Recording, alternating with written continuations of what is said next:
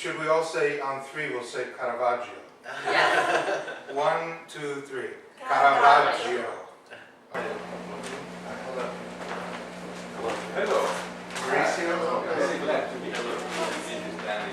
Do you know each other? Yes, we already? attended the same meeting as I did. Okay. At the United Nations as a delegate of Brazil. Oh, welcome. Welcome, very nice. And Mauricio, if I could just tell you, we have some coffee to the left and tea, and some cold water here on the table as well as in the back. Here's your assistant, or is No, this? she's not an assistant. Okay. She worked with the United Nations. She made her doctorate Yes. some years ago. I don't know. Last year. Last year. That's the last some years ago.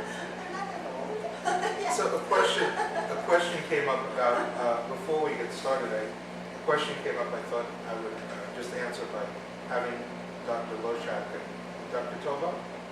Yes. Mauricio, okay, Nicola. You asked about the Axum obelisk, and Yes. I'm kind of like on the ground doing the grassroots organizing around it. I did a lot of publicity here in New York, and Professor Scovazzi and others, especially Professor Scovazzi, and also Dr. Pinehurst in Ethiopia, have done the documenting and intellectualizing at the university level of what it means to restore these things. And so I'm trying to link the two, Yes. so people can see, okay, we did some grassroots things, but it has international implications. And you're the legal scholar. Dr. Pankhurst is the historian of Ethiopia. He is a great authority. Yeah, and Ethiopia. He wrote a lot of articles and books on including of the restitution of that problem. yes, have you heard of Dr. Pankhurst? Okay, Dr. Richard Pankhurst is the leading historian of Ethiopian cultural life. Yes, The condition yes, you of- can. Would you like me to do it? Just turn that all the way up.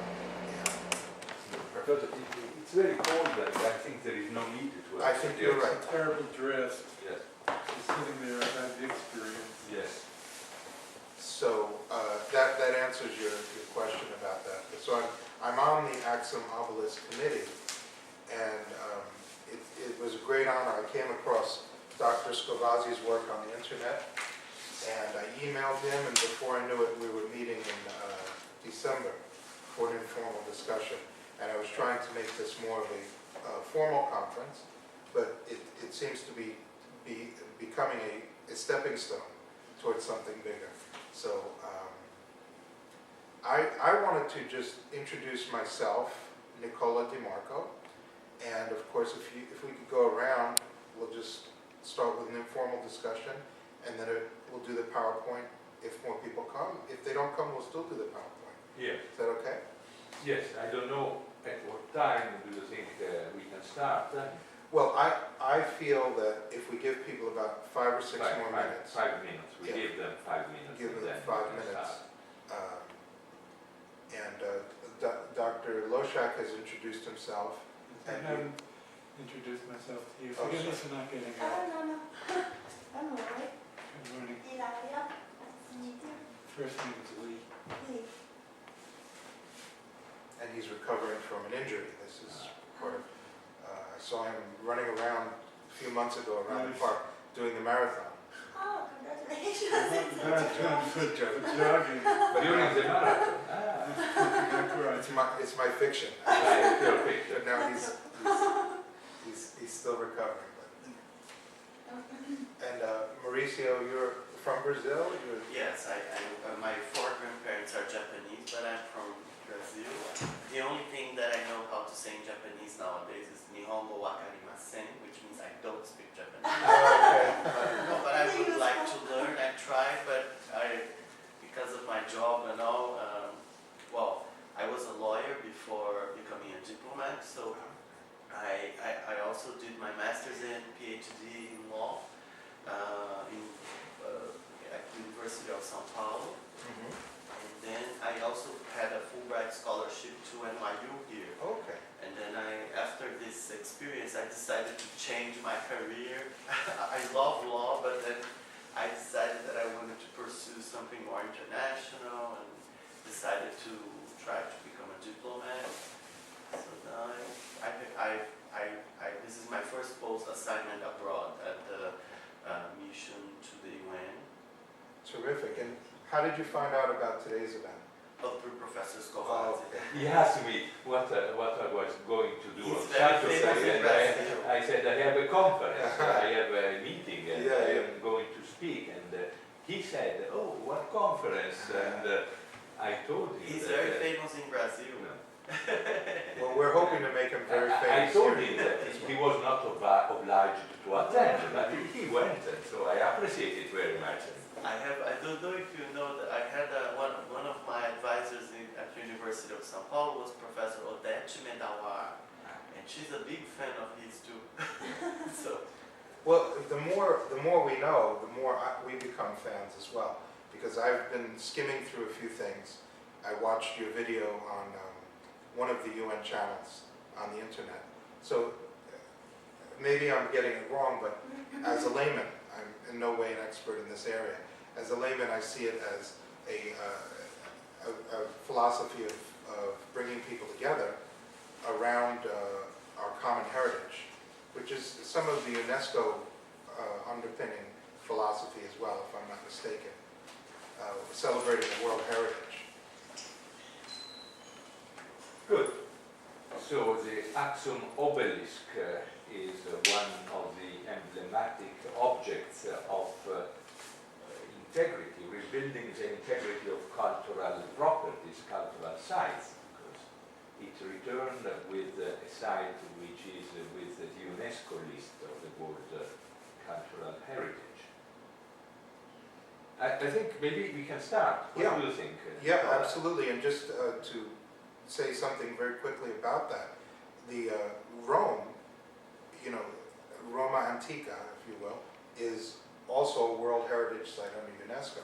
So our final argument was going to be, well, if the job is to preserve World Heritage Sites, let's make sure Axiom, which is one, is preserved, and so two will be Rome, because Yes. it will be returned. So feel free.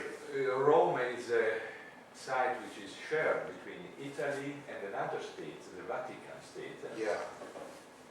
Good, maybe we can start.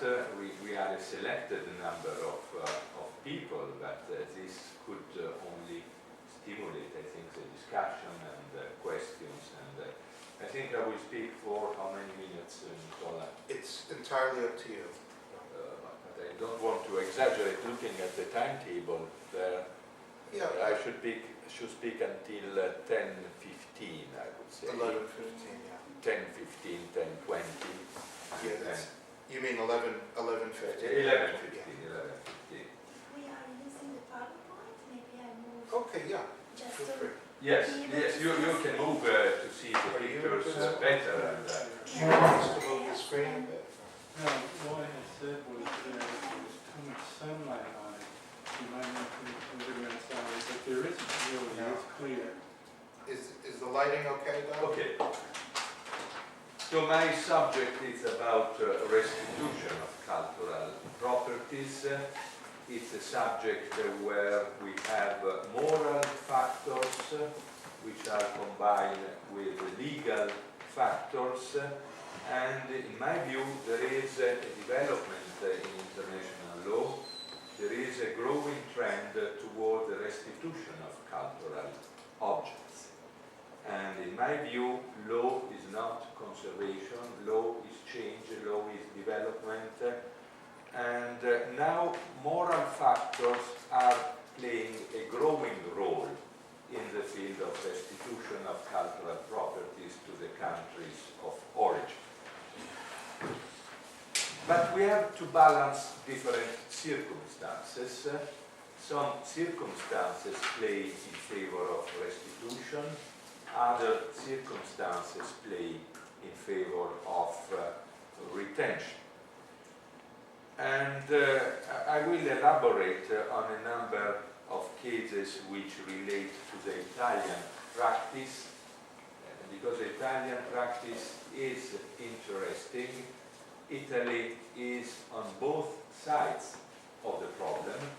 On the one side, there are other countries which ask Italy to return cultural properties which have been removed by the Italians in the past, but also Italy is asking for the return of cultural properties which are abroad, especially properties which have been illegally excavated and then exported illegally to other countries.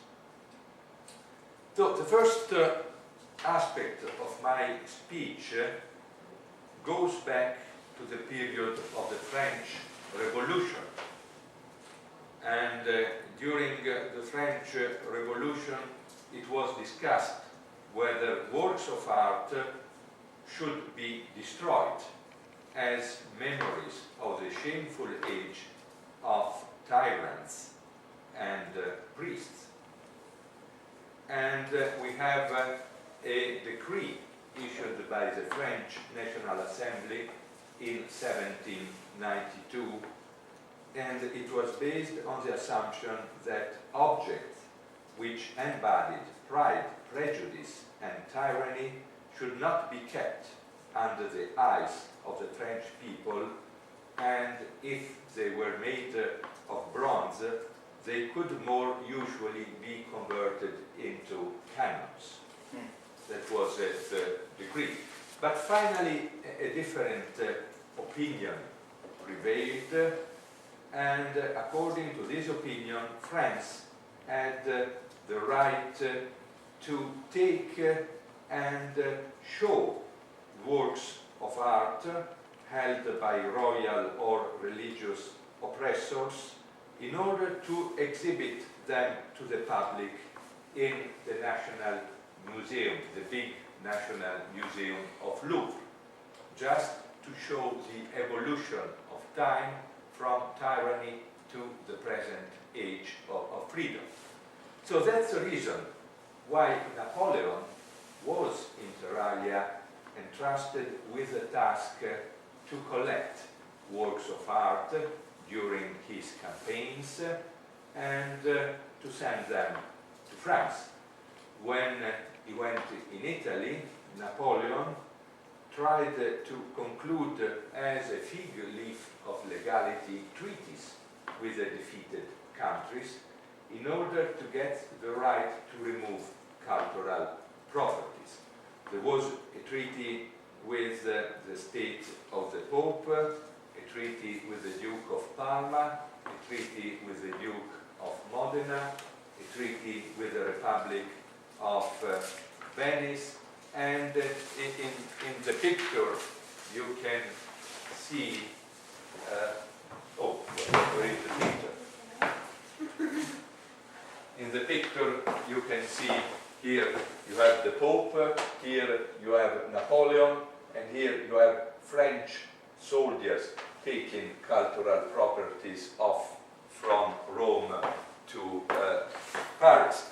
Under the Treaty of Tolentino, which was concluded in 1796, the French generals had the right to choose 100 works of art out of the collections of the Pope and 500 books or manuscripts from the library and bring them to Paris. And this was done. So after the fall of Napoleon in 1815, the Pope had the problem, how can I recover my works of art? And he had a very good idea. He entrusted one of the most famous artists of his time, the Italian sculptor Antonio Canova. You can see here Antonio Canova, that's a self-portrait. He was a great neoclassical sculptor. He died in 1822, and he was appointed by the Pope as ambassador to the King of France after the restoration in France in order to try to get back the works of art removed by Napoleon. Good, please, come in. I just started. And Antonio Canova was the most celebrated artist of his time. He was born very poor, close to Venice, and then he was discovered that he has the possibility to study in Venice, and he became the sculptor of the noblemen of Venice. Then he went to Rome, he became the sculptor of the Pope, he became the sculptor of kings, emperors, also of Napoleon and his family. And you can see, perhaps if you sit on the other side, you can see better the pictures. And this is a sculpture of Napoleon, made by Canova. And here we have one of the best sculptures you can see in Galleria Borghese in Rome. It depicts the sister of Napoleon, Paolina Bonaparte, who married a prince, Prince Borghese of Rome, as Venus. And so Canova was not happy for this diplomatic mission. He was an artist. He didn't want to lose his time in making diplomatic missions. But finally, he accepted. And he brought with him a book written by a French scholar in 1796, the same year of the Treaty of Tolentino. The French scholar was called Antoine Chrysostome Quatremer de Quincy. He was a great scholar and also politician. And just at the time when Napoleon took the works of art, he wrote against this, a booklet, and saying that the booklet was on the prejudice that would have been caused to arts and science by the removal of monuments of art from Italy. And he developed some ideas. There is a republic of arts and science, which is ruled by brotherhood, universal brotherhood, and cannot be defeated by the bloody practice of war. And for this, nobody has a right to seize properties which are the heritage of all people. Work of art are the heritage of all peoples, and nobody has a right to seize them. And it is not possible to imitate the ancient Romans who had the habit of looting conquered cities. This would be a step backward, a move from civilization to chaos. He wrote very clearly, diviser, c'est détruire. To divide, to take work of art out of their context is the same as destroying them. And the principle developed by Quatremer de Quincy did not apply only in wartime, they applied also in peacetime. He had the idea that cultural properties are different from other goods on the market. They are different from cars and cheese and any other good that you can find in the market. They cannot be traded for economic gain. They must be protected and used for the common benefit in the place where they had been created. So it was an illegal act, at least from the moral point of view, an immoral act for France to take the property of other countries. So it is evident that the Republic of Art and Science existed only in the mind of Quatremer de Quincy. It has never existed and it will never exist, I think. But the principle is very interesting. Cultural properties are a common heritage of many. So Canova went to Paris with the booklet by Quatremer de Quincy. He developed political connections with Prussia, with the Great Britain, in order to get support for his mission. Of course, he was a very well-known artist, so he had many relationships, and he was supported by the winners of the war against France. And we know from the letters written by Canova that he had also legal problems. How can I attack a treaty, the Treaty of Tolentino, which apparently is a valid treaty? And he had to face also an objection made by the French. Your works of art are here in the great museum of the Louvre. They can be seen by everybody. Everybody can come here and enjoy them. What would happen to them in Rome? They were kept in the obscurity and in the dust of churches, of palaces, and nobody was allowed to see them. And this was quite a strong objection. And finally, Canova got the promise from the Pope to establish a new museum in Rome in order to have all the returned works of art exhibited to the public. So finally, Canova was quite successful. He was able to get 77 out of the 100 properties removed from Rome, and many of the manuscripts. For example, he got back to Rome this statue, the Apollo of Belvedere, this other statue, the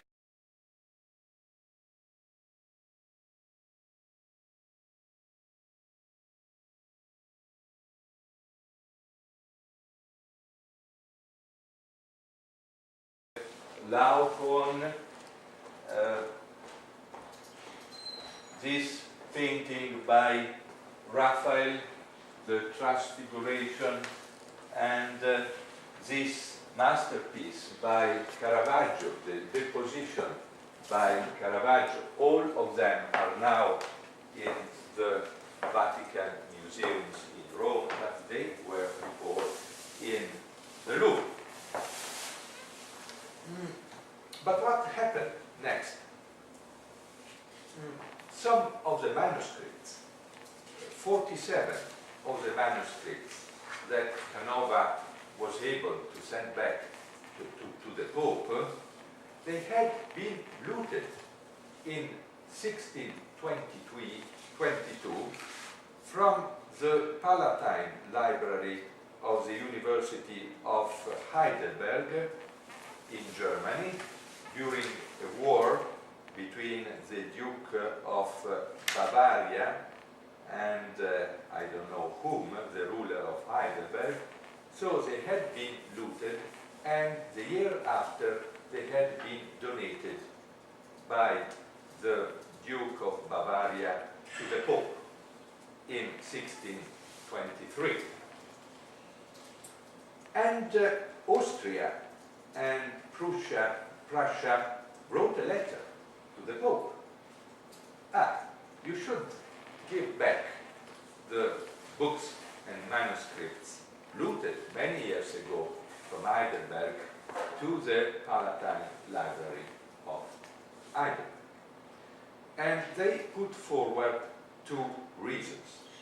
First, that the original acquisition was illegal, plundering of defeated countries, and acquisitive prescription could not bring any remedy to the illegality.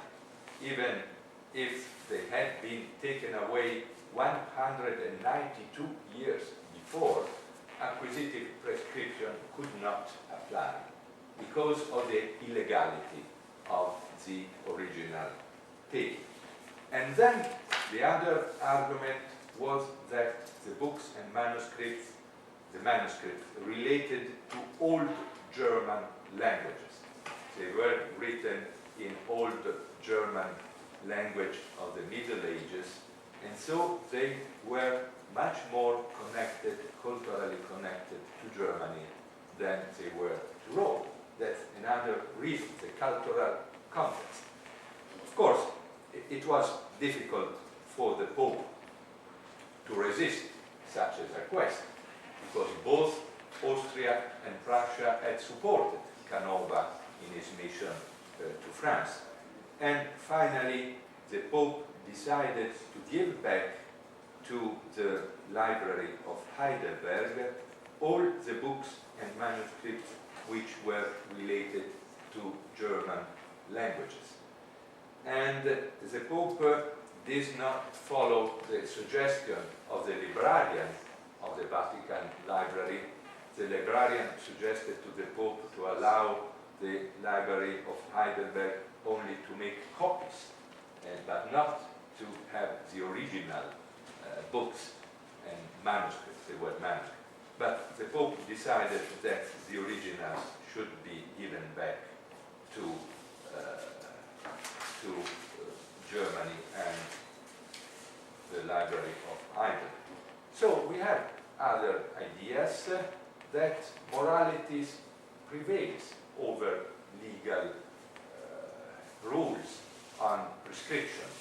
For example, in fact, I believe that art is too important to be left only to lawyers. It has a broader scope than law, and that also it is important to keep objects in their cultural context.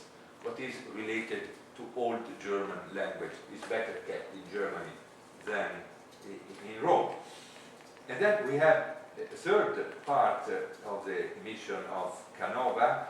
After Paris, he went to London also to thank the Prince Regent of London for the support received in his mission. And when he was in London, the Elgin marbles were shown to Canova. You know the story of the Elgin marbles, the marbles of the Parthenon in Athens.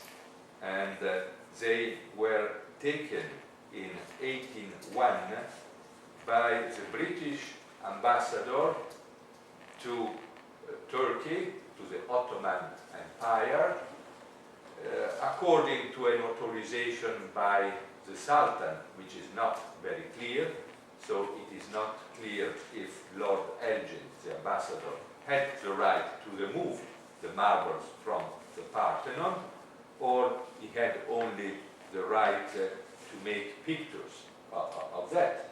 I must tell you that we do not have the original of this letter in Turkish.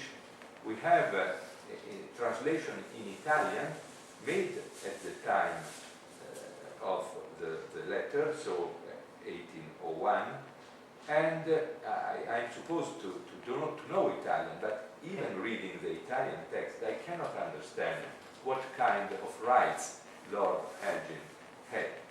So the Parthenon marbles are a monument of Western civilization. Now they are in the British Museum.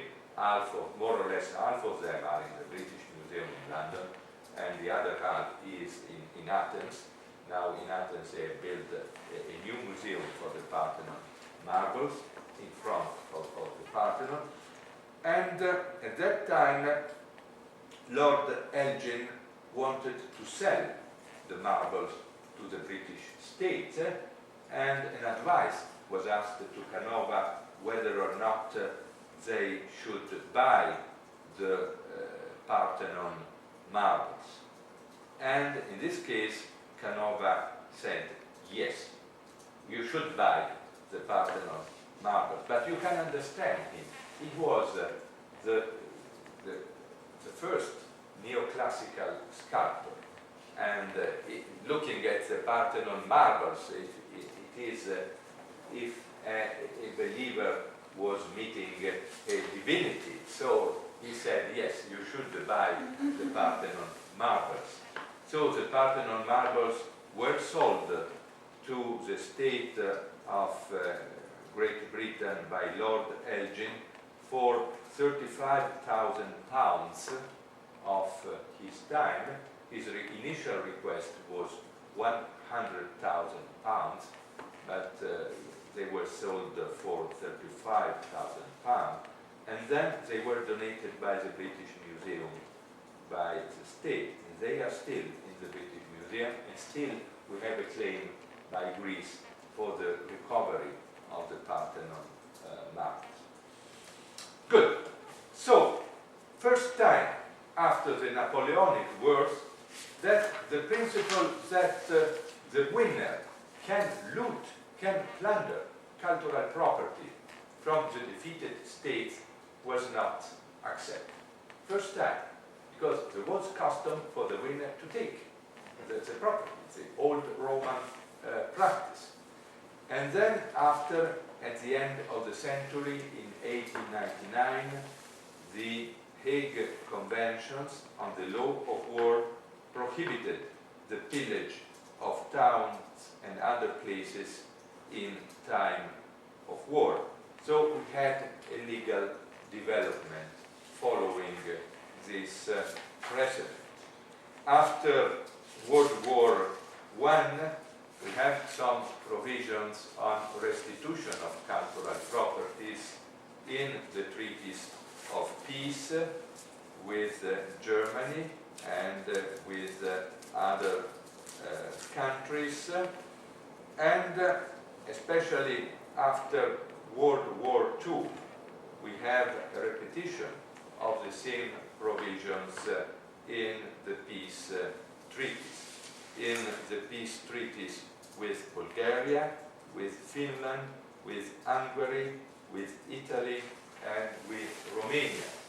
And in the peace treaty with Italy, we have a special provision applying to Ethiopia, Article 37. Within 18 months from the coming into force of the present treaty, Italy shall restore all works of art, religious objects, archives, and objects of historical value belonging to Ethiopia or its nationals and removed from Ethiopia since October 3, 1935. It goes back before the beginning of World War II. It goes back to 1935 because this was the date of the aggression by Italy to Ethiopia. And with Germany, we have no peace treaty with Germany, which was occupied by the Allied power, but the Allied powers, with the collaboration of Germany after the war, tried to restitute all the cultural properties which have been removed by Germany during the war. Not only properties looted from Jews, who were the victims of Holocaust, but also property looted from public collections, churches.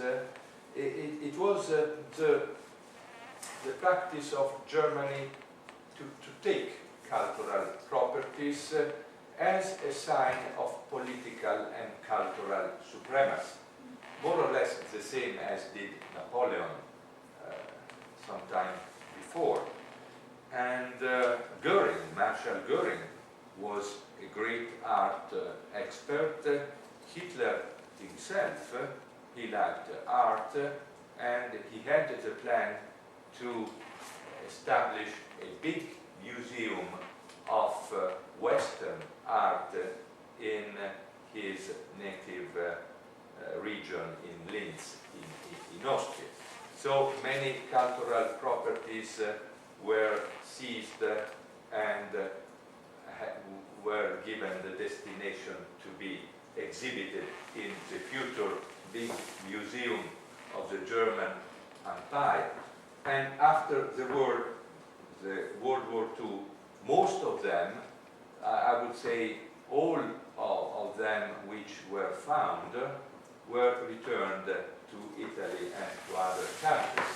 For example, these two here, you can see a picture showing the taking of cultural property from Italy to Germany, and here you can see a masterpiece by Tiziano Danae, which was returned to the Museum of Capodimonte in Naples. It was in Marshal Goering's private house, and here you can see another picture. In my opinion, this is one of the best portraits depicted by an Italian artist, the Antia of Parmigianino. This was also taken for the future Museum of the Reich and returned to Italy. And another cultural property which was returned to Italy is the Scovulus. I'm sure that you know it. That's the exhibition at the moment of the return of the statue to Italy. In this case, it was not looted, it was bought by Germany, but then it was returned. It was exported from Italy against the Italian legislation, but because the head of state, Mussolini, and the Ministry of Foreign Affairs did not want to reject the desire of Hitler to have the statue for his private, not private, for his future museum. So we have another experience of returning of cultural properties after World War II. So it is a very clearly established principle in international law now that during wartime you cannot loot properties, and you have to prevent any illegal export of cultural properties from occupied territories. And we have a convention adopted in 1954 under the framework of UNESCO, the Convention for the Protection of Cultural Property in the Event of Armed Conflict, which sets forth this principle, and the convention today has 2 protocols. So it is a clearly established principle. But in my opinion, the principle is now getting a broader scope.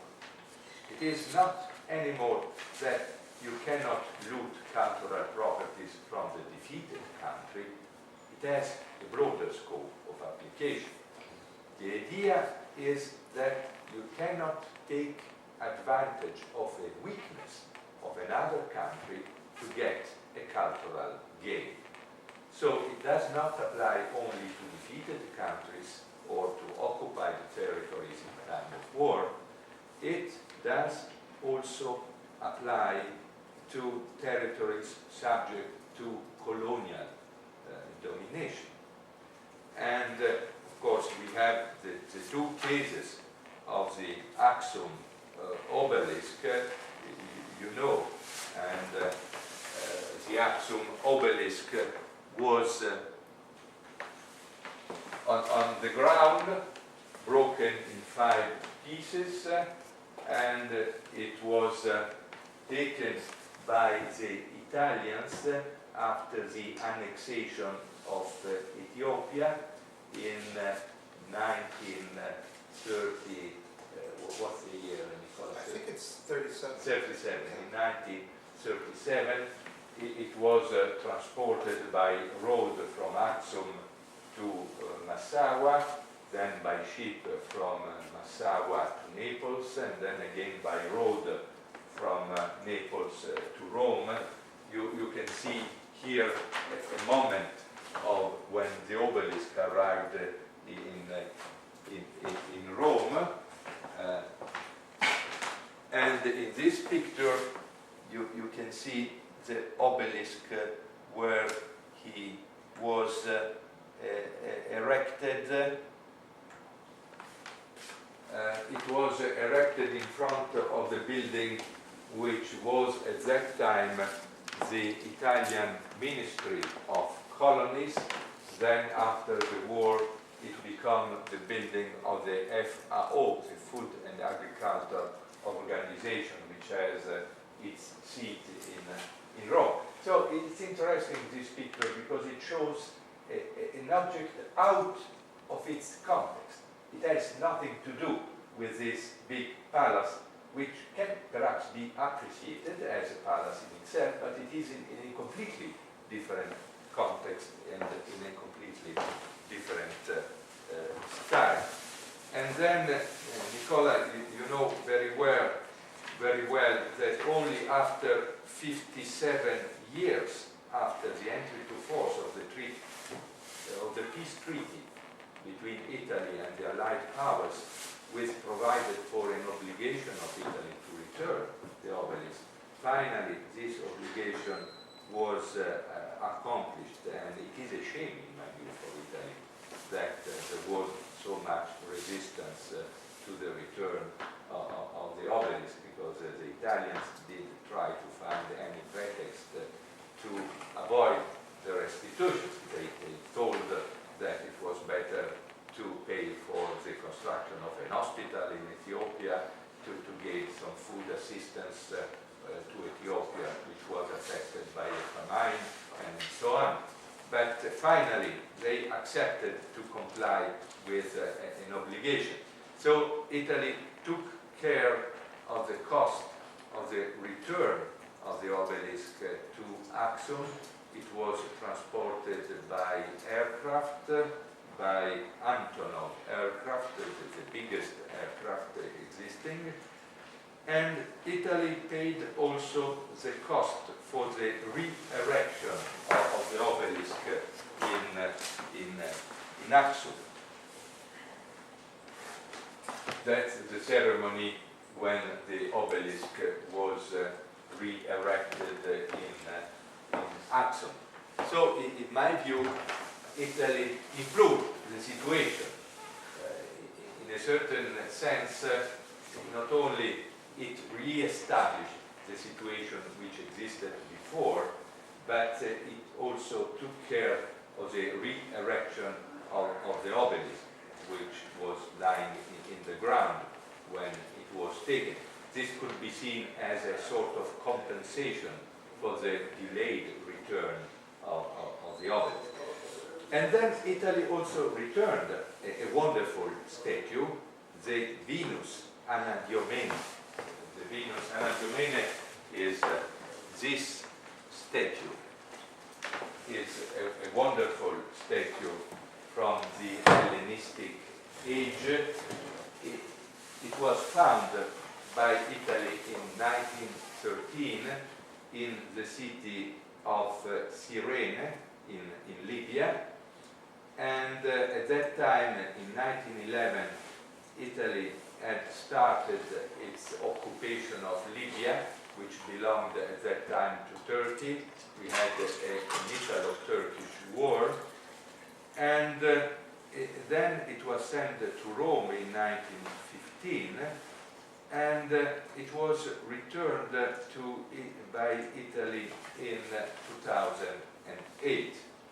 And it's very interesting, the events linked to the return, because there was an agreement between Italy and Libya in 1998 that all manuscripts, artifacts, documents, monuments, and archaeological objects brought to Italy during and after the Italian colonization of Libya should be returned to Libya. So, the statue of the Venus of Cyrene was identified as one of the objects that should be returned. and the Minister of Culture of Italy issued a decree for the removal of the statue from the public domain. Because according to the Italian legislation, everything which has been found in the Italian territory underground belongs to the public domain. And so, in order to return the statue, the minister issued a decree for removal from the public domain. And an NGO, Italia Nostra, which has as its object the protection of nature and culture, brought an administrative proceedings against the minister for the quashing of the decree. You cannot issue the decree. First, because it belongs to the state according to the law, and a decree cannot go against the law. You need a law to make exceptions to another law. Second, because the statue was more linked to the Italian cultural context, it is a statue of Hellenistic origin. So it is more linked to the Italian culture in the south of Italy. We had many Greek colonies, than to the Arab culture. That was the argument by Italia Nostra. And then the third point was that it would have created a precedent for the return of other cultural properties existing in Italy that could be claimed by other countries.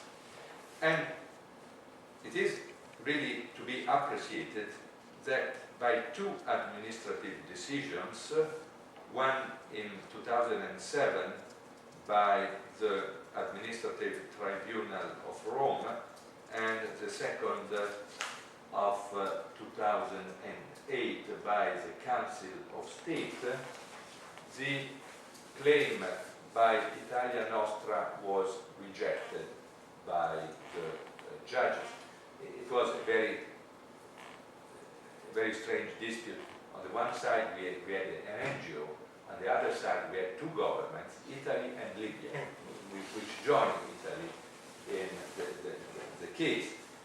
And the Administrative Tribunal and the Council of State said that it was not true that the statute had been found in the Italian territory, because at that time, even if Libya had been annexed formally to Italy, it was still an occupied country. There was still war between the Italians and the local population. There was a resistance. So it was a situation of occupation of foreign territory.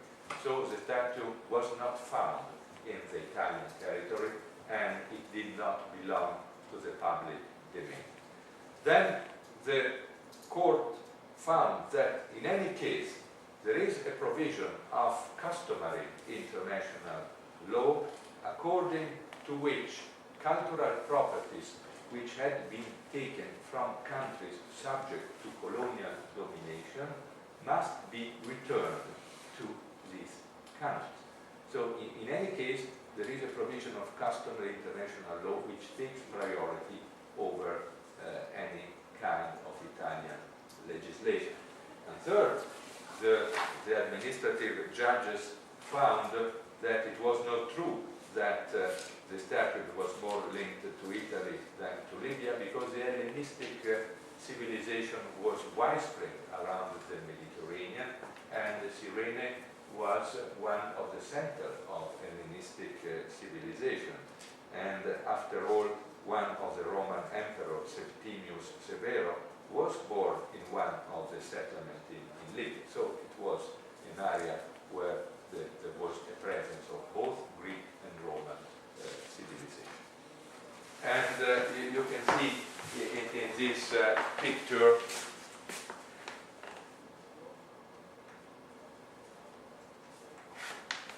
the moment of the return of the statue to Italy.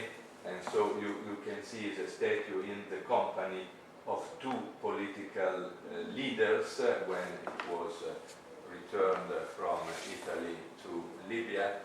I cannot tell you because the Venus has not yet told me whether she appreciates the company of the two political leaders. That's the fact that the Venus has been returned. So my idea is that we have a principle. I have many other examples, but I cannot prolong my speech too much. That the principle is growing. It's not only return of properties looted during wartime, but return of properties where there has been an exploitation of the weakness of another country. And of course, we have another principle that now states are bound to cooperate against illegal traffic. Now, of cultural objects. Now, the problem is given by theft, by illegal export of cultural properties, irrespective of any situation of war, of colonial domination. And here we have a lot of legal problems, because theft is illegal according to the criminal legislation of all countries.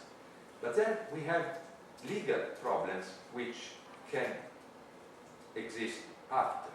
For example, statute of limitation, acquisitive prescription. After the passing of time, of a certain number of years, even the thief can acquire a good title over the object. Then you have the problem of the protection of the good faith purchaser.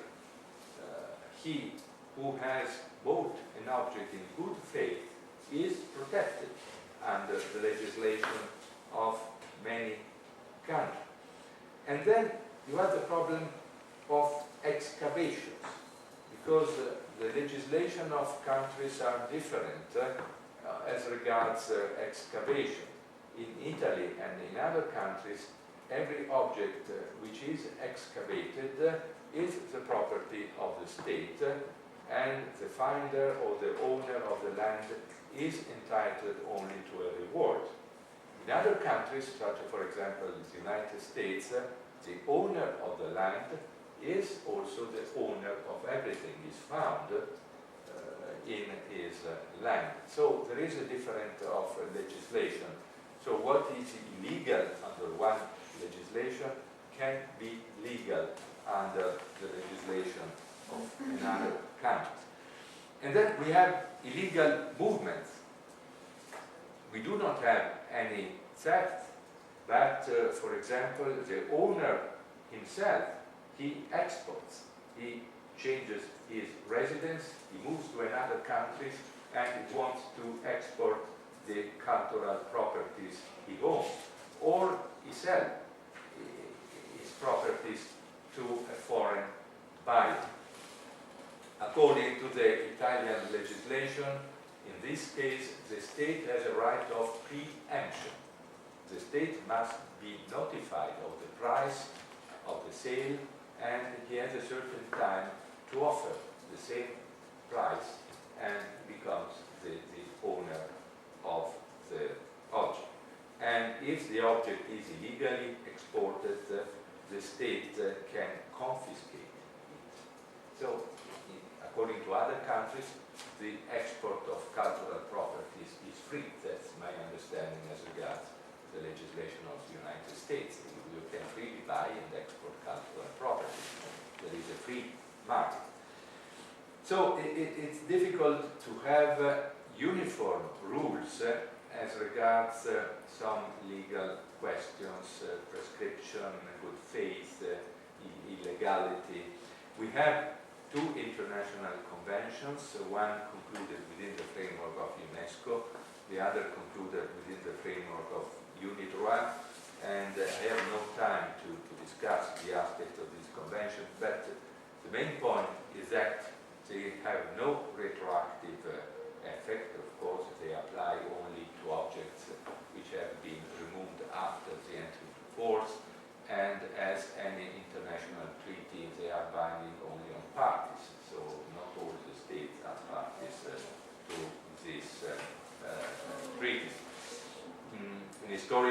remark is that the first legislation on the illegal export of cultural properties was adopted in Italy in 1602 by the Grand Duke of Tuscany, and it provided for the need of a license for the export of good paintings, and there was a prohibition for the export of works of 19 masters. So the greatest masters, the works of the greatest masters could not be exported from the state.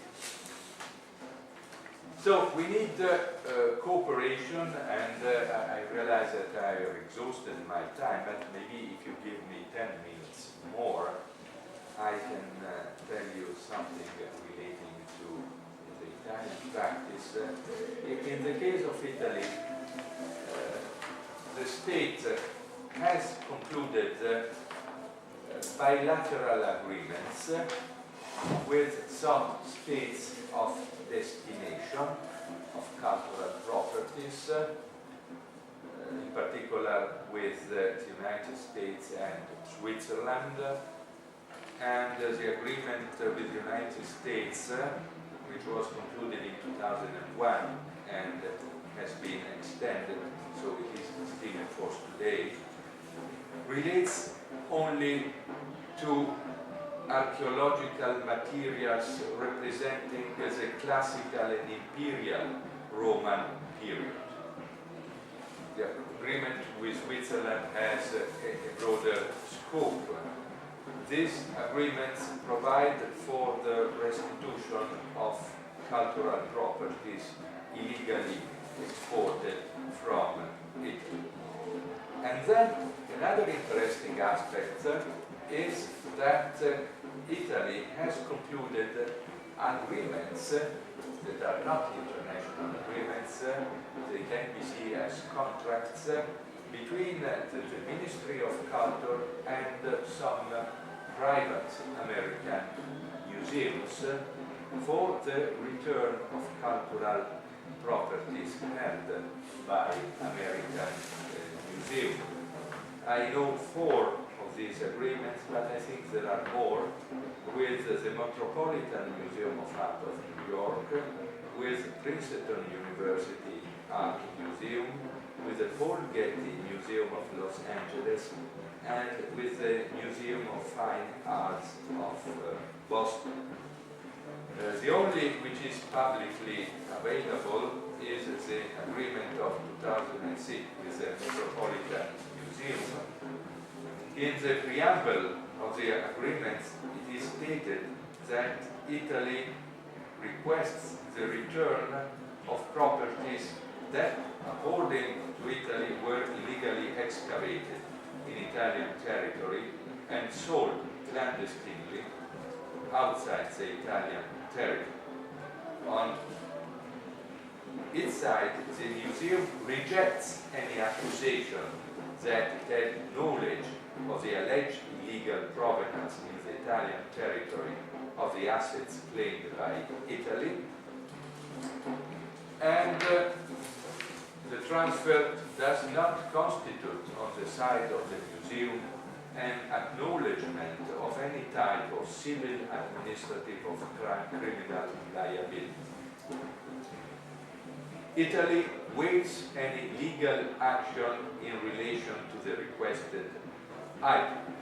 So, for example, from the Metropolitan Museum, Italy got a wonderful crater. Crater is a base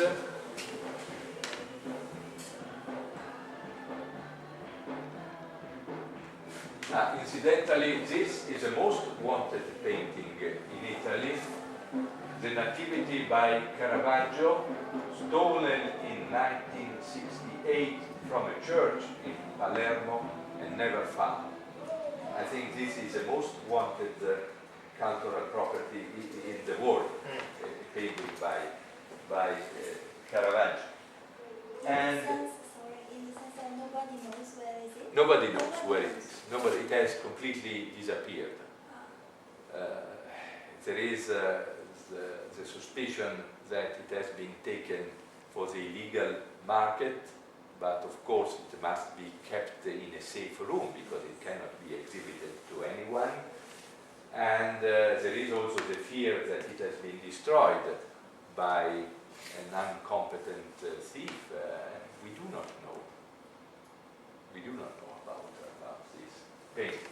This is a wonderful vase which is depicted with the death of a hero in the Odyssey, and it is depicted by Euphronius.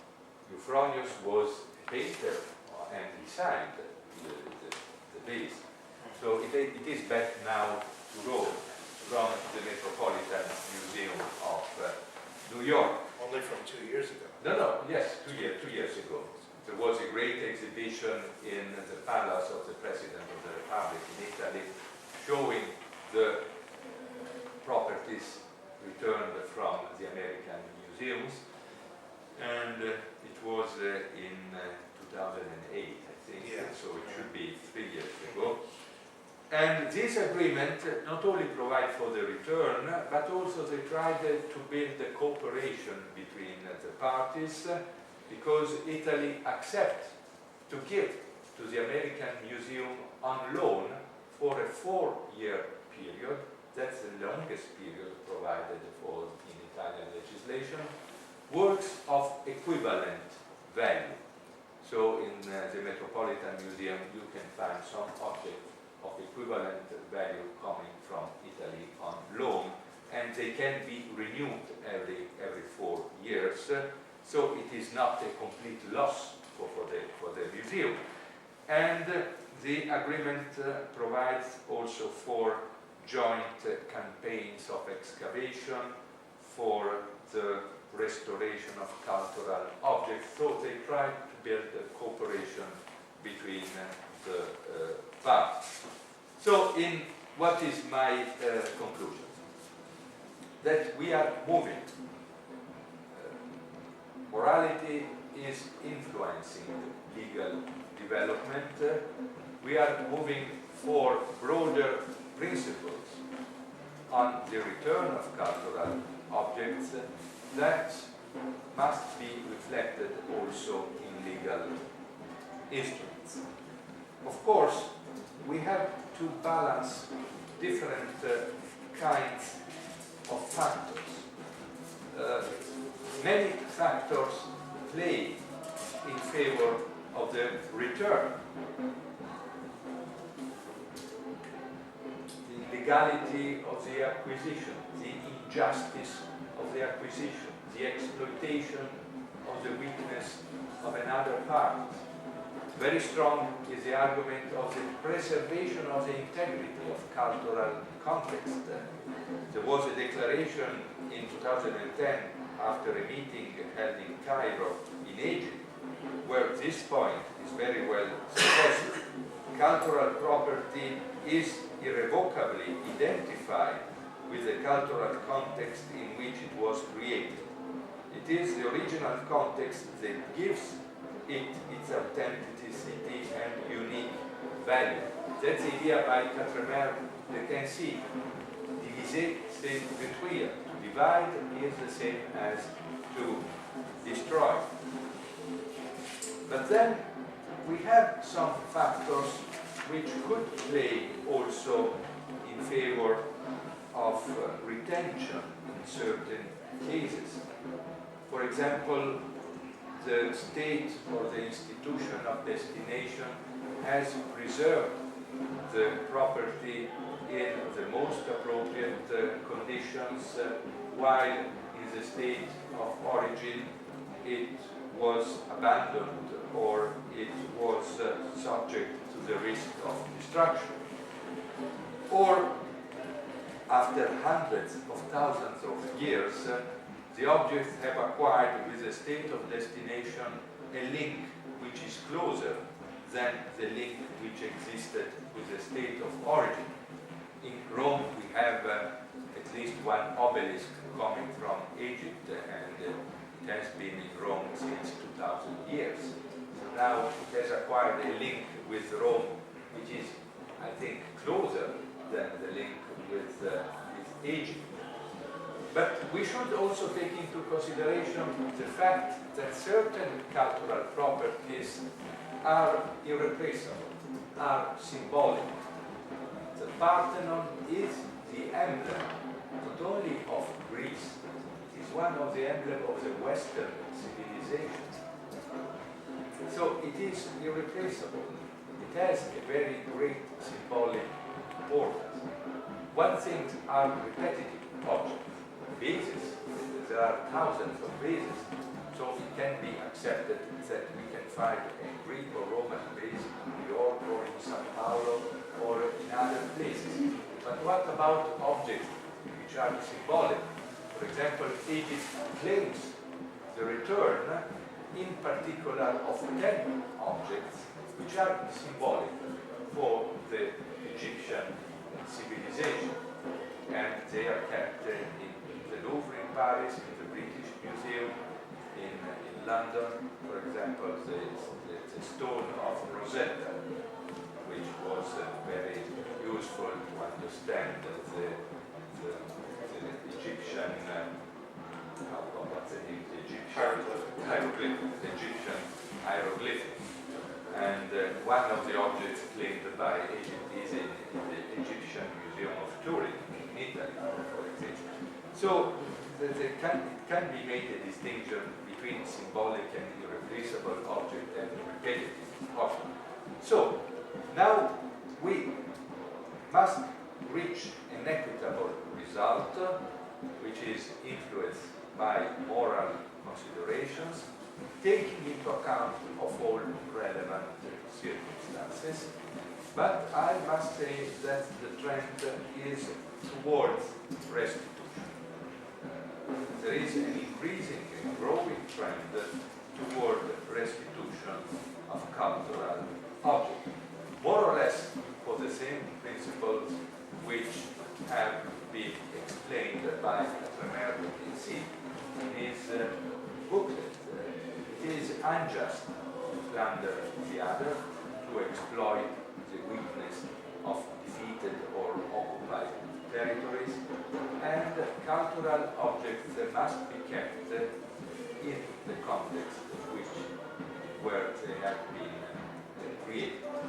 So there are many other cases on which I could have given information. For example, last year in November, a very precious manuscript has been returned to the Archbishop of Benevento by the British Library. It is an extraordinary event because in the United Kingdom the legislation had to be changed to allow the return of this property, but it is another sign of this trend which goes towards the restitution of cultural objects, and in my view needs to be supported. So I thank you for your attention, and of course if you have questions, I tell you in advance that I respond only to easy questions and not to difficult ones. Well, if I could make a suggestion, the moderator who was supposed to be here wasn't feeling well, so I'm stepping in as the moderator. And thank you, Professor, for that. Very informative.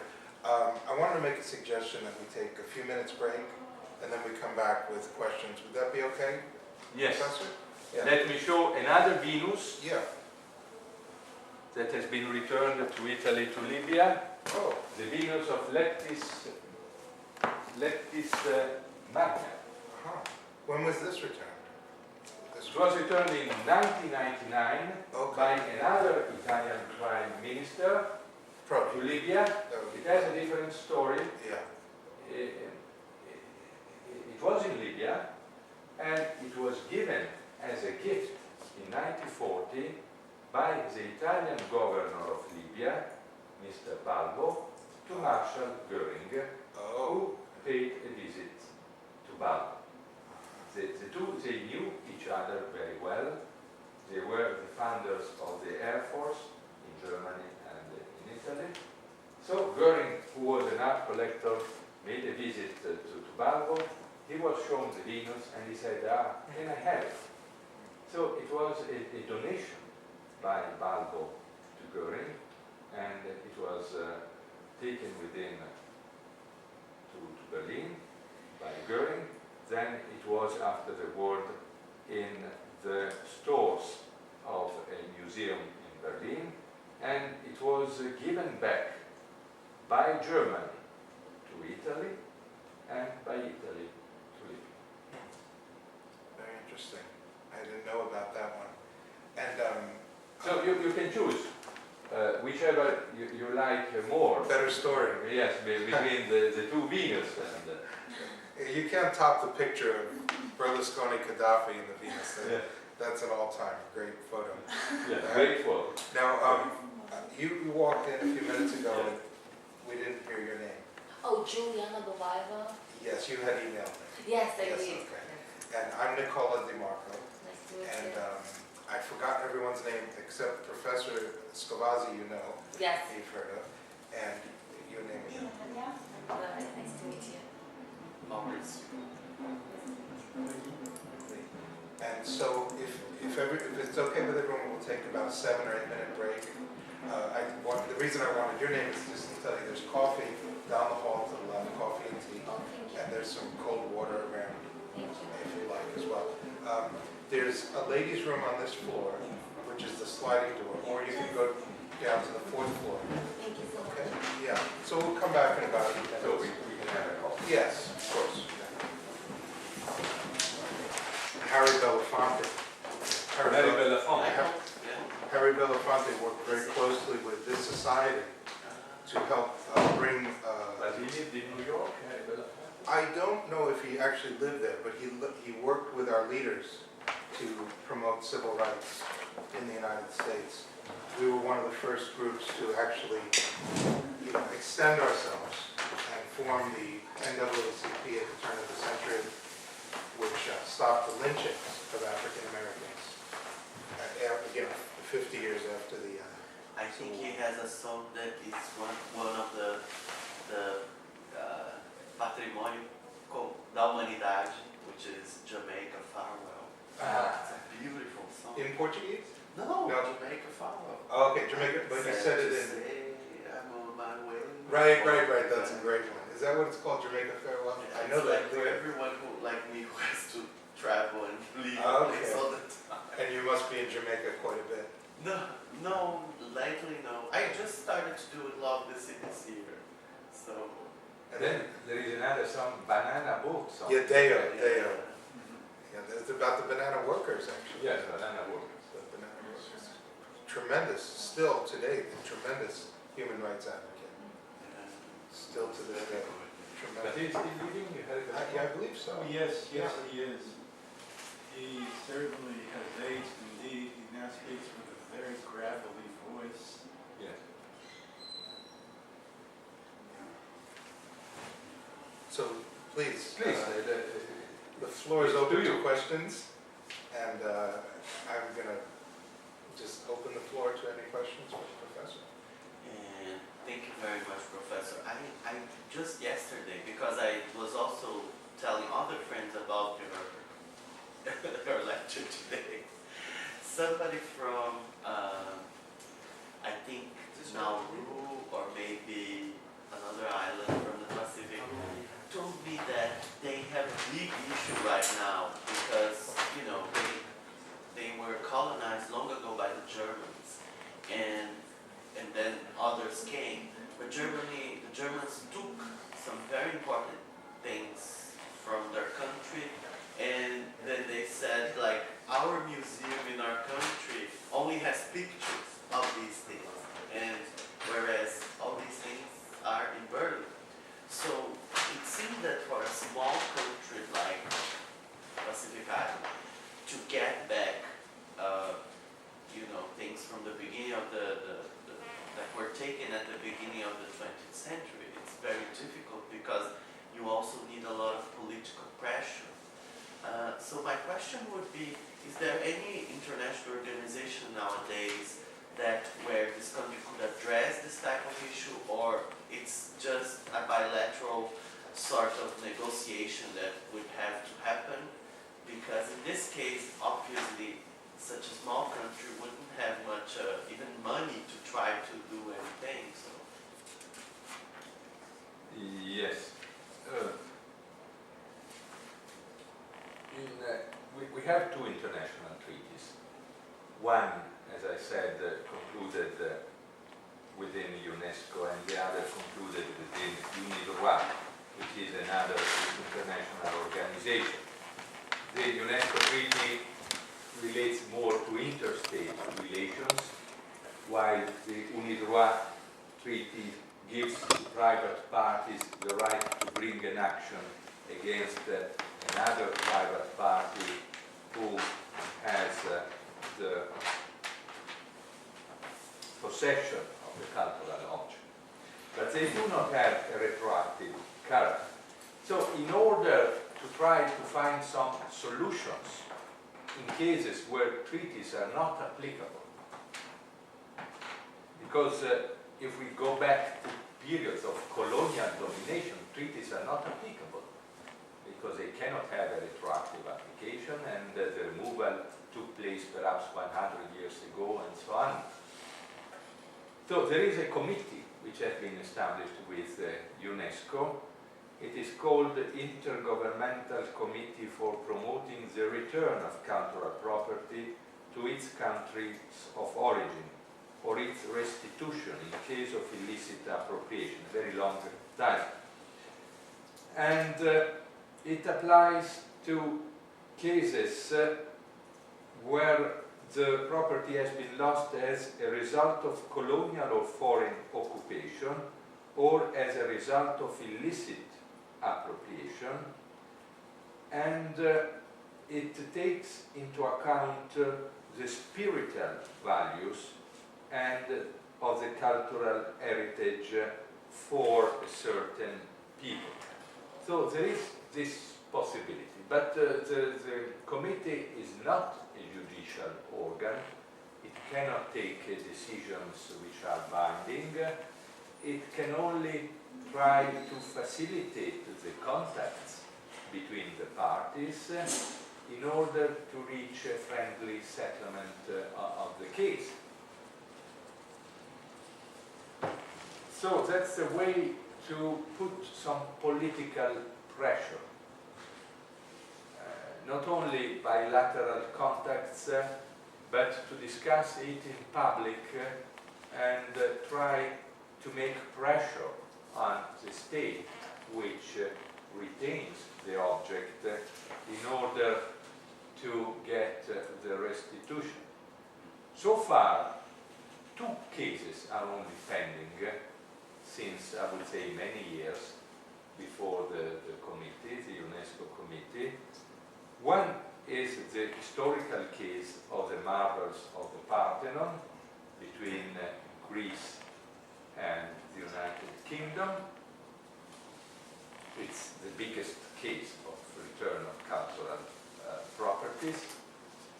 The second is the case of a sphinx, which is claimed by Turkey from Germany. Now it is held in the Berlin Museum. There were two sphinxes. Well, that's the plural of sphinx. I don't know. Does anyone know? Any English native speaker? Sphinx. Lee, do you know? Well, if you keep speaking, there's a big dictionary. I'm going to pick it up. You know the word, sphinx. I do know. I don't know the plural, but I'm very curious. It's an animal with the head of Yeah. Yes. a woman. Sphinxes must be. Sphinxes. I think maybe it's plural and singular. Maybe it's plural. Yeah, ends with X. Sphinxes. Sphinxes. So there were two sphinxes which were sent, I think, in 1914 from Turkey to Berlin for restoration, and only one was sent back from Germany to Turkey after the restoration. The position of Germany is that the retention of one of the Sphinx was the price for the restoration of the other. So they were entitled to keep it. They were entitled to keep it. Turkey does not agree on this. So it wants also the other Sphinx back after so many years, because the restoration was completed after World War I. And so there are two big cases. And there was a third case pending. It was between Tanzania and a Swiss private museum. It was a mask, it's called the Makonde mask, which was in the National Museum in Tanzania, and it was stolen. Then it reappeared in a Swiss collection of the museum. And so Tanzania brought a claim before the committee, because the treaties could not be applied, for having the restitution of the mask. And finally, due also to the good offices of the committee, Tanzania succeeded in getting the return. The case seems to be simple. Stolen object, there is no question, you must return. But the museum said that it acted in good faith. It had both the mask from Medina in good faith, and then it said that it could give it back as a loan, not return the property in ownership to Tanzania, while Tanzania wanted to have it back as the owner, not have it as a loan. And then the museum claimed that Tanzania should made an expression of thanks, official thanks, but Tanzania said no. How can I thank someone who has acquired it from a thief? It's impossible for me to thank him. Finally, the question was solved, and now the statue, the mask has been returned to Tanzania. So we have this element. So for weak countries, I think the only way, if no treaty is applicable, is to try to exercise a sort of political and moral pressure. For example, indigenous properties that are kept in European museums. There is a trend, a growing trend for the return of indigenous properties. In certain cases, it is also linked to human rights, because in European museums we have also heads of people, of Maori people, heads of human beings, which have been exported and kept, I don't know if they are exhibited or they are kept in stores, but they are kept in the European Museum. So it's a question also of human rights to ensure a proper burial according to the traditions of the people, and of course it was not according to the tradition to be exhibited in a museum. So in certain cases they are given back to the Maori in New Zealand, and a proper burial ceremony is organized for the head. This was recent as well. Yes. Pretty recent. And I wanted to also ask you a question regarding, again, there's a standard that is being articulated here with regard to moral pressure and moral impact on legal issues. And one of the things that seems to strike me as particularly set apart from objects are human remains, such as the heads. In Britain, I believe there is an Ethiopian prince. His corpse is still held by the British Museum. Professor Pankhurst had referred to this as from the Battle of Magdala, if I'm not mistaken. There's a lot of loot that the British took from Ethiopia during this battle, and one of them is the body of a prince. So it seems that this would be in a totally different category than just a statue or just a. So your comments on that? No, the Battle of Magdala was in 1868. It was a punitive expedition by the British against the Emperor of Ethiopia. The name of the emperor was Theodorus, the Emperor Theodorus. They didn't want to conquer Ethiopia, they didn't want just to make a punitive expedition against the emperor, and they climbed the mountains, they defeated the emperor, and the emperor committed suicide before being held by the British. And then many properties of the British, of the emperor palace were plundered by the British. Some of them are still in the United Kingdom, and Ethiopia is claiming for the return. As far as I know, some of the properties have been returned. The royal seal and cap of Emperor Theodorus was given back to Emperor Haile Selassie during his official visit to London, but many of the properties are still in the United Kingdom. I have another interesting story. You know who is Robert Baden-Powell? He is the founder of the Boy Scouts. He was a distinguished British officer of the army, and he was involved in colonial life, and he made the sack of Kumasi. Kumasi was the capital of the kingdom of the Ashanti in Ghana. Now it is in Ghana. So he commanded the troops which were involved in the plundering of the royal palace of the king of the Ashanti, and the region of Kumasi is a region where gold is produced, so many of the objects were in gold. And he gives in one of his books a report of the sack of Kumasi. And he praises his soldiers because they did the job of looting the properties of the royal palace honestly, that is, without keeping the boot for themselves. So he says, oh, look how good are the British soldiers, because they looted the palace of the king of the Ashanti without taking anything for themselves. And he does not realize that who was looting what was king was the United Kingdom. And so just to give an idea of the mentality, which was the mentality, we have a right to loot, and we are the European powers, and we have the right to loot. Professor, I would have two more questions. Sorry to ask.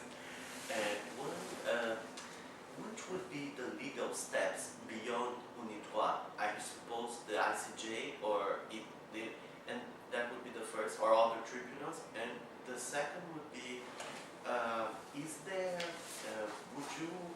I see that you have a text with notes. Do you think you could send us a copy as a... Yes, I can give you this text. This text, in reality, it is printing proofs of an article which will be published shortly.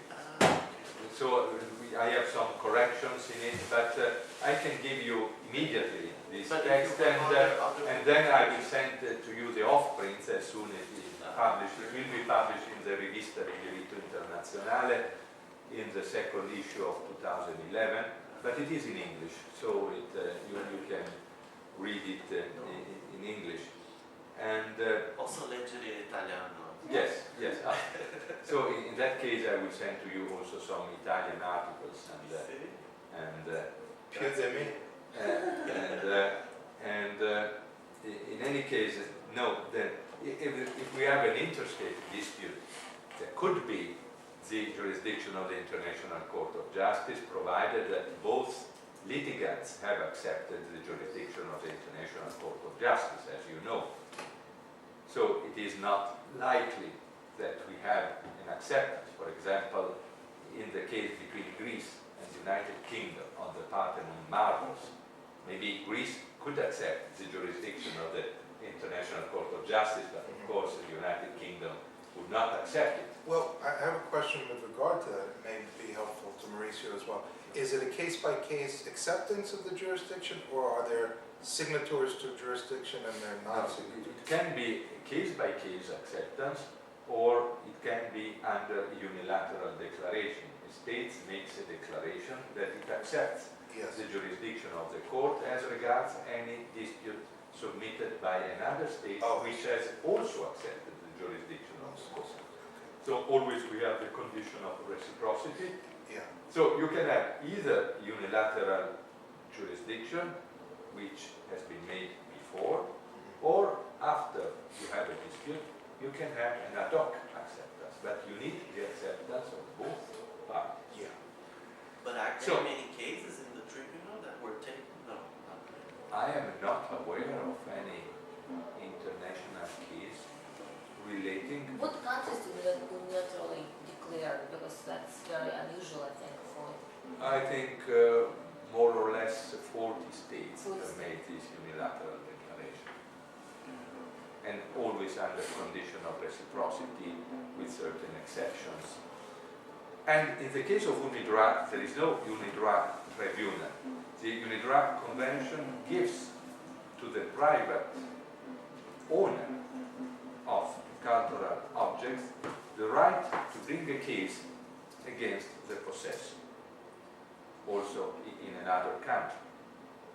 So it gives the right to bring a case if the property has been stolen or illegally exported.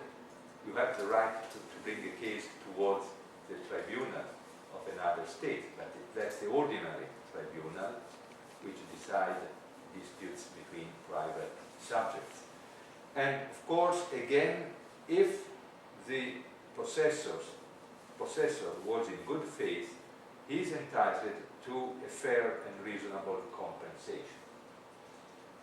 So you can bring a case, but if the possessor is in good faith, you have to pay compensation to him for the return of the object. I'm not sure about the appropriateness of having a compensation, because you pay compensation to someone who has acquired the property from a thief, or at least you have a chain. Maybe you have a chain of possessor of good faith possessors, but at the beginning of the chain you have a thief or an illegal exporter. So why you should pay compensation to someone who is the successor of a thief?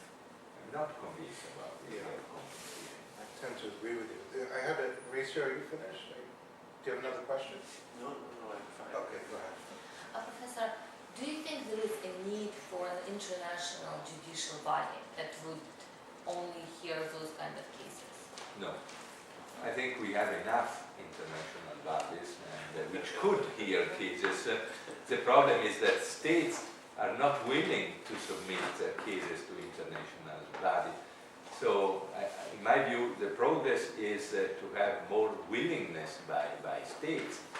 And now, because international bodies already exist, we have at least we have the International Court of Justice. You can establish arbitral tribunals. You can do whatever you want. But the problem is a lack of political will by many states. So even if you create new international bodies, you will have the bodies without any business to do.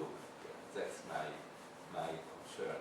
That's the reason why other ways are exploited. For example, mediation, conciliation, good offices. UNESCO has recently adopted some rules for mediation and conciliation in cases involving cultural properties. Try to find other avenues. But in international law, one of the main problems is that you cannot compel a sovereign state to submit cases to international bodies. So in my view, it will be useless to create another body if already we have some bodies and they are not utilized. Are there any other questions? Yeah.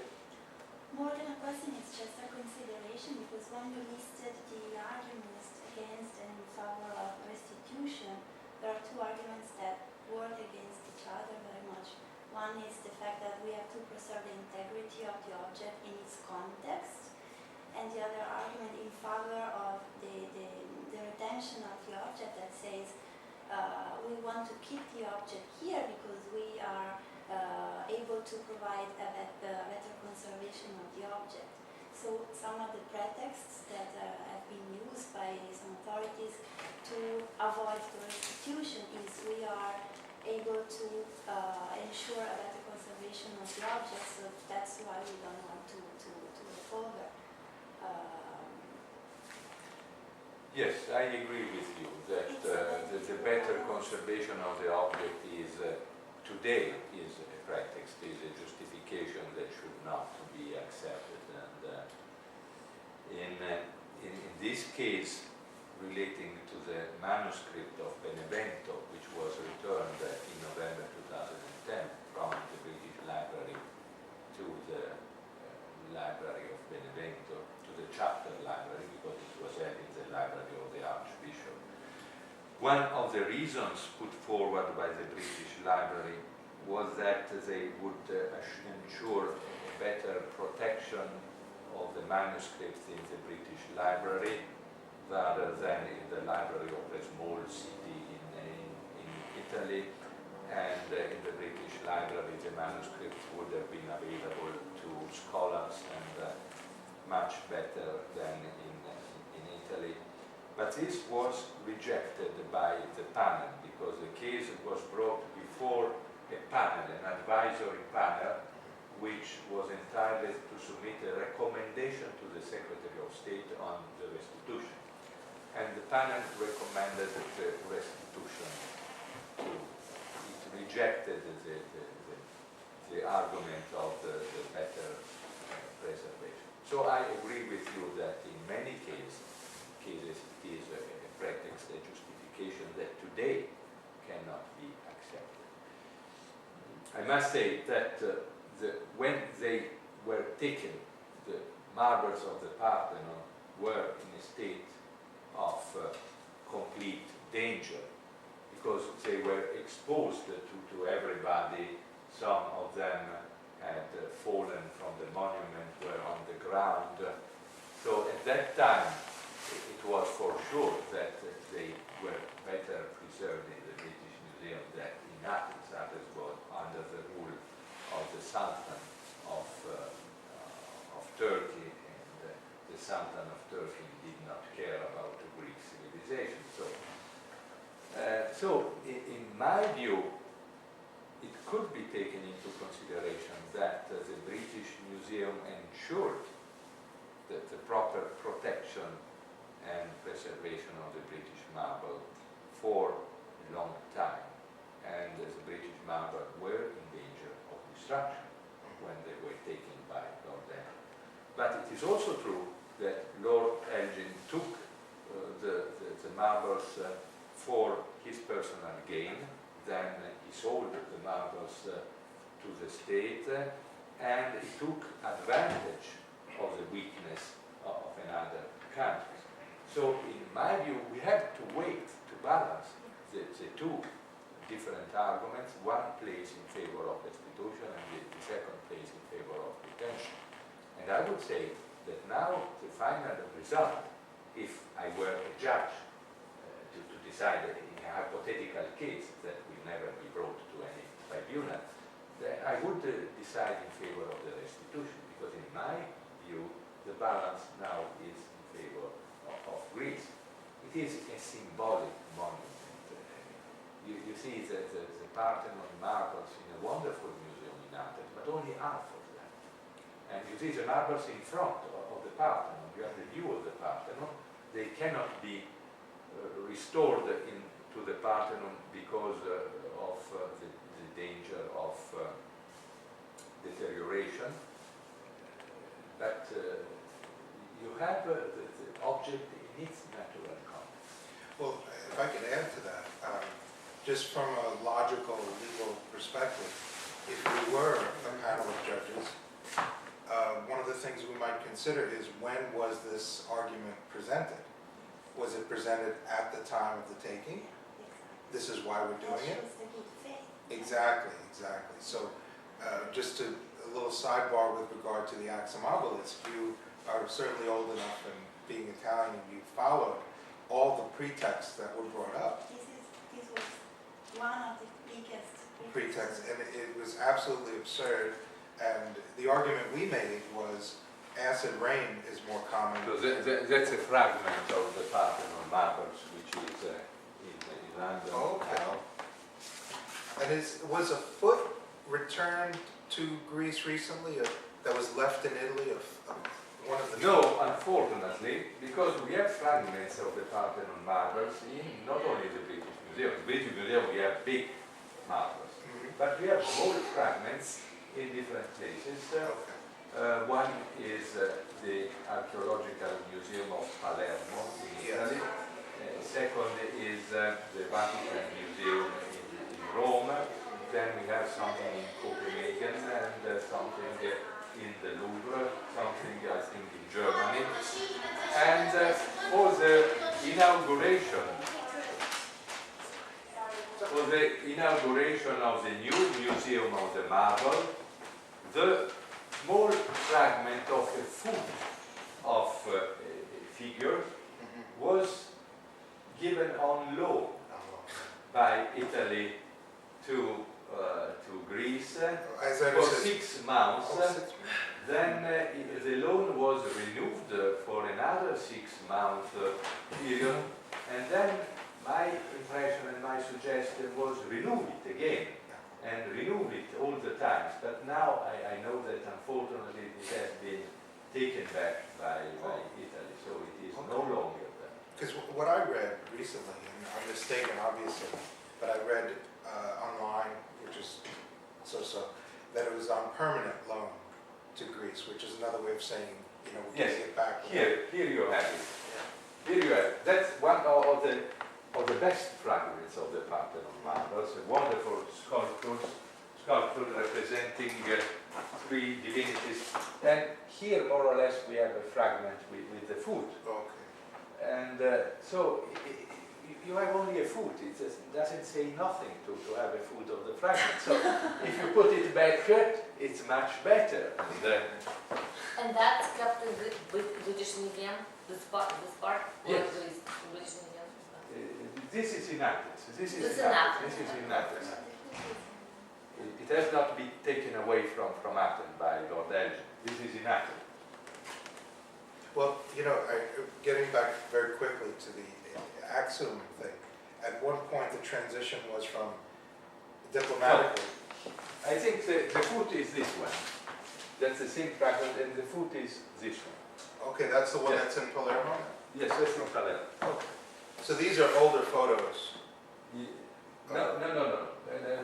I think the fragment is no, maybe because in the picture you have the marble without the foot, so it should be here. Right, okay. It should be somewhere here. And so finally, as you remembered, Dr. Scovazzi, the Italians said this and that, and then finally lightning struck the obelisk in Rome. And the arguments just fell by the wayside. That was it. That's when everything accelerated for its return. And we had lobbied to get the United States to have a cargo plane. I forgot the names of those cargo planes used, but the United States kept saying, no, we only have 2, and they're busy in Iraq. It turns out the United States had 200. Really? 200? That's what we read later. Now, mind you, it's online, so even if it were 2, their argument was specious. We're too busy conducting war to help you with Which this is not a very peaceful. good excuse. Yeah, we're too busy plundering Baghdad. We can't help you. So the Yeah. Russian Antonov Yes. came in. As far as I know, only American or Russian aircraft could transport Big enough. the fragment, are big enough to transport the fragment. Yeah. And the American aircraft was not available, so That's The what they Russian aircraft was on the market, so it could be hired And diplomatically, being here in New York, I was really gritting my teeth because I felt like here's a golden opportunity for the United States to show that we're not just about war, we're also about preserving peace, and they squandered the opportunity. And so this is another statue coming from an American museum Okay. under the bilateral agreement between Italy and America. That's the wife of a Roman emperor, I cannot remember her name. That's a wonderful story. Yeah. And, it was illegally excavated and then exhibited in one of these 4 museums, I cannot remember which one. Not the Metropolitan, but another. So it was, and I think I have also another fragment. That's wonderful. That's a unique sculpture. 2 griffons attacking a deer. That's unique in classical sculpture, and it was also illegally excavated, exhibited in an American museum, and returned. And some of the dates that these were created are just astounding. For example, the Venus of Cyrene, from what I understand, was sculpted in 600 BC, Yes. somewhere around that time. And these dates are just phenomenal. Not before, it's after. No. Oh, it's AD? I think 600 AD? 2 or 200 be after. AD, okay. So again, another internet source goes by the wayside. Because it belongs to the Hellenistic culture. Okay. Hellenism is during also the Roman Empire. That course I didn't do too well in college. So I get a D on that one. But when I saw this sculpture, I was completely surprised because I never seen something similar. And these are from mythology, these? Yes, from Figures. mythology, and it's quite big enough. No, I meant the animals that are attacking the deer. You mentioned Griffons. Griffons. That's a mythological. Mythological animal, and animal which is somehow between an eagle and a lion, something like that. I don't know. With wings. Yeah, it's a tremendous thing. Are there any other questions? Just out of curiosity, can you recall when an activity of Caravaggio disappeared, when they discovered that there was no 1968, I think. 1968, and since then, No news. no news. And it was kept in where? When It was kept in the church of San Lorenzo in Palermo. I would have a legal question. You mentioned the issue of the preemption, the right of preemption in the case of Italy. Yeah. And is that a trend nowadays? Are there many countries that are adopting that? And I suppose that would be only during war times, or that is also, for instance, for such a very important work of art, even during peace time. Yes, in any time. For example, there are old families in Italy. One family in Rome, Scovazzi, they know they are the owner of a painting of Caravaggio. So they are the rightful owners. They can keep it, but if they want to sell it to a foreign buyers, they have to notify the state, and they have to declare the price, and the state has a right of preemption. He can offer the same price, and the state becomes the owner. That's very interesting. And if it is exported without the declaration and without giving the state the time, I don't know how much time, 3 months, I don't know, for exercising the right of preemption, it is confiscated. A few years ago in Brazil, we had a famous painting called Abaporu, which is one of the main symbols of Brazilian modernism, a huge painting by Tarsila do Amaral, and it was bought by an Argentinian famous merchant. And then that became a big issue in the Brazilian press because it was such an important work of art for our history. Yeah. But we had no control over that. Now we have a problem in Italy because there is a big archive of was the archive of Vasari. Vasari was an artist and an historian of art, and he wrote a book on the lives of the most famous Italian painters at the end of the 16th century. So he had a big archive, which is kept by his family in Arezzo, and now they have concluded a contract for the sale of the archive with a Russian millionaire, and they have declared a price of I don't know how many millions of euros, and the state does not believe that the price is the right one, because the state would exercise the right of preemption, but it does not believe in the price. So now there is a case between the state and the family, and the state says that the price is not the real one, so he is available to pay the price of market for such a thing, but not such as an exorbitant price of millions and millions of euros. Interesting, if it turned out to be a scam, the state could say, okay, go ahead and sell it. And they would sell it and then of course get it back right away, because it was not the real price. But it's an interesting concept that they were doing. But how do you put the dollar value? Like, for example, if I have so much money, I'm a Russian billionaire, and I want to spend it, right? I'm gonna buy it no matter what. Whereas the state says, okay, that's reasonable. That's not reasonable, right? So how do you manage that? Because if a person is willing to pay, that's a reasonable price. That's how market is, right? So it doesn't matter what kind of expertise you have. As long as the buyer is willing to pay, that's it is the price. Yes, I can suggest you as a lawyer for the owner of the archive, because you would defend very well his case. You would defend very well his case. But I cannot tell you, because it is the first time that such a dispute is discussed by an Italian tribunal, and I don't know.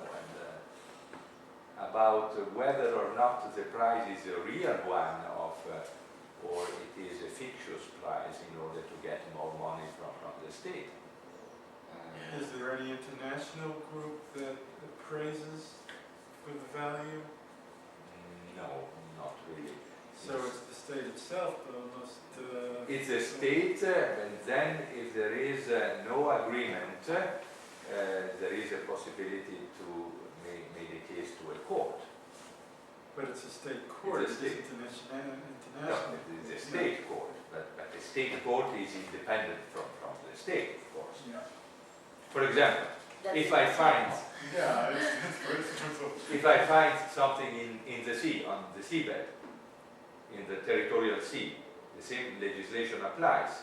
I am the finder, I am entitled to a reward, the state is the owner, and the reward cannot exceed 1/3 of the value of the object. So I am entitled to a reward, and the state establishes the reward. For example, 100,000 euros. And if I do not agree, if in my view the reward should be higher, I can have an action to a tribunal in order to have a determination by the tribunal. But it's a state tribunal, of course. Very interesting. And building on her question, you mentioned also that in some cases, one of the cases that Italy also paid for the transport and everything beyond the restitution itself. So when we speak about compensation, did you ever see, or do you think it's possible to speak, for instance, about moral compensation, to put a price as a moral compensation for the absence of the object for 100 years, or that would be difficult? That would be extremely difficult to... Dano morale. Yes, I think that the moral aspect is in the restitution itself, because compensation is given to the possessor in good faith, and it should correspond somehow to the market value of the object. And do you think the right of preemption could be adopted by the European Union? Right, meaning like if there is as far as cultural heritage, object of cultural heritage. Can European Union do the same thing as what Italy does? Yes, that's a question in which I didn't want to answer very much because we have a directive of the European Union. Right. And in the European Union, the principle is free circulation of goods. Right. So there should not be barriers between member states. We have a unique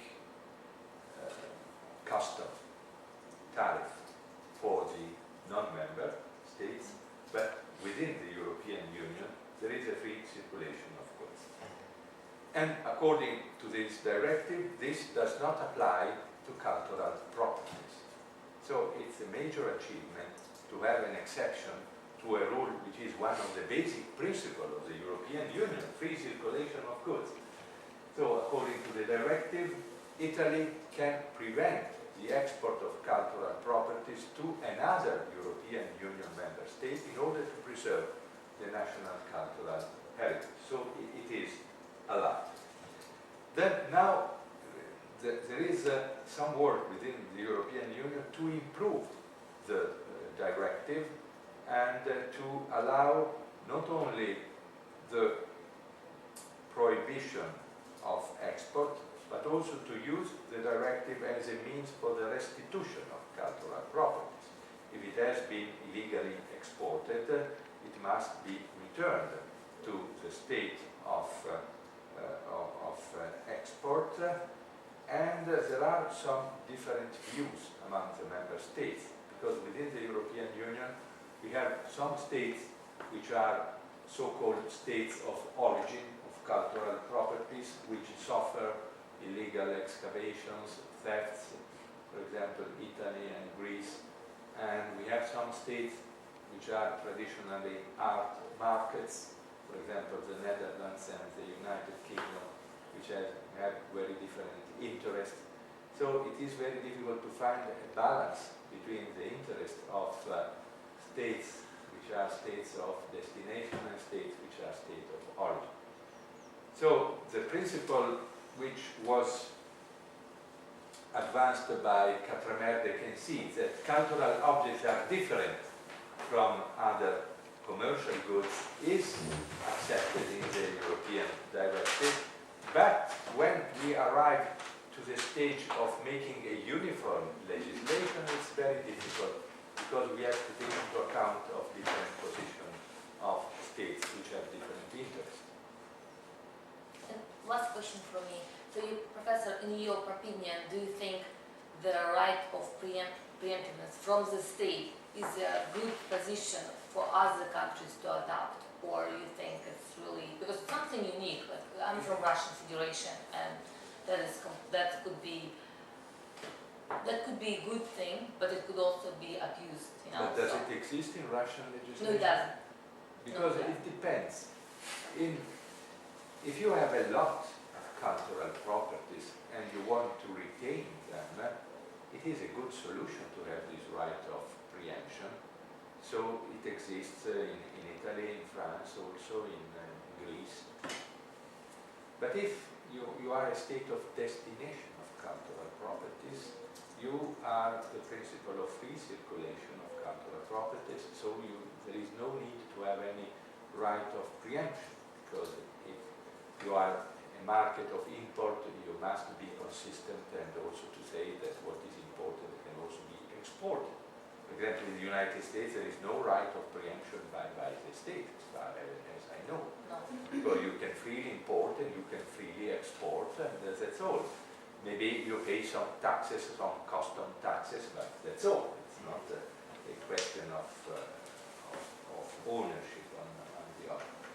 So it depends on the orientation of the countries. So if you want to retain, the preemption is a good instrument for you, but if you want to acquire cultural objects, then you must be consistent and you cannot establish a right of preemption.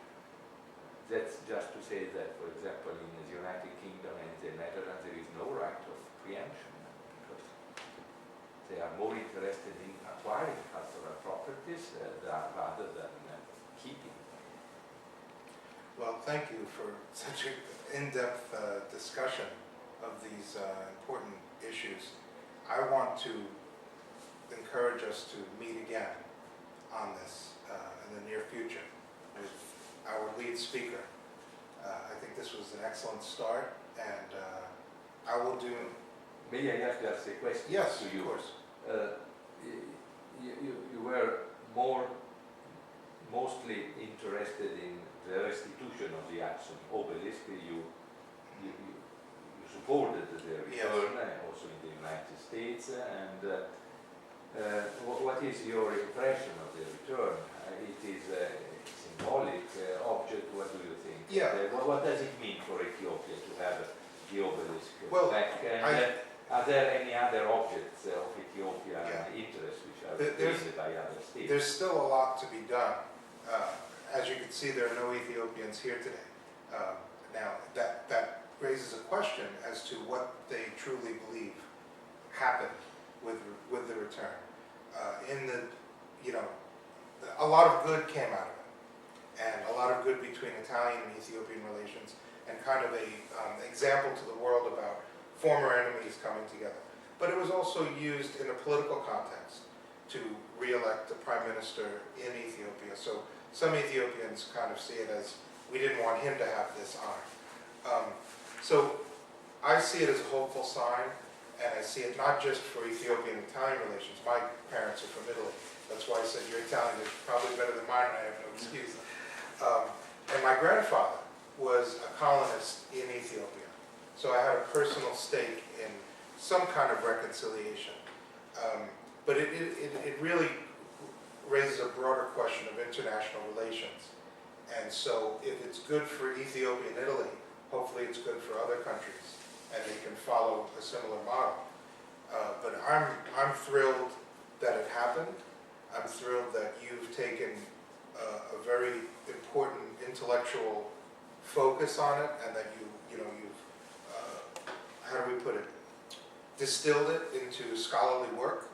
And it's important to be not only studying it, but by doing this, advocating for it. So thank you for your work as well. And thank you for all of you coming on such a gorgeous day. You could be out frolicking in Central Park, and you could see Cleopatra's Needle. Have all of you seen it in Central Park? What? No. Cleopatra's Needle? Okay, this apparently was a gift from Egypt to New York. And it's an obelisk, which stands almost directly, is it near 81st Street on the east side, Lee? Okay. It's toward the east side, but it is an Egyptian obelisk. And so thank you very much, Dr. Scovazzi. Thank you. What I wanted to offer, since I have the video camera and no one behind it, if we could get on this side together, if you'd like to be in it, I will clip the video and send you each a copy of the as a photo, as well as I'll put this on YouTube. So if professors, and by the way, the winner of the Sphinx debate is Dr. Lusha. No. Sphinx is both singular and plural. Yeah. Sphinx is singular and plural. And plural, yes. Okay. Sphinx.